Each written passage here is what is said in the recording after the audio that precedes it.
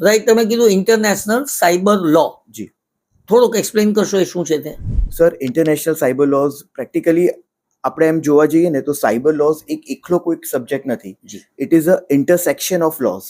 એટલે ઘણા બધા નાના મોટા નેશનલ ઇન્ટરનેશનલ લોઝ એ આપણી સાયબર લોની ઇકોસિસ્ટમને પ્રભાવિત કરતું હોય છે Very good. કશે ને કશે. હમ. સો આ બધી વસ્તુનું જે કોમ્બિનેશન છે ધેટ ઇઝ સાયબર લોઝ. અને હવે આપણે સાયબર ક્રાઇમ્સની વાત કરીએ સર, તો practically it is like cross border cyber crimes જે છે તે અત્યારે આપણે જોઈ શકીએ છીએ.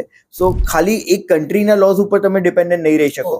There are amulets, there are treaties, UN treaties છે, બુડાપેસ્ટ ટ્રીટી છે, જેમાં પ્રેક્ટિકલી ઇન્ડિયા સાથે નેગોશિએશન ચાલે છે, બટ હજી ઇન્ડિયા એમાં ટોટલી પાર્ટિસિપેટ નથી કરતું. It's not authorize signatory in that treaty, Budapest treaty. એટલે ઇન્ટરનેશનલી ઘણી બધી વસ્તુ છે જે આપણે પ્રભાવિત કરે છે.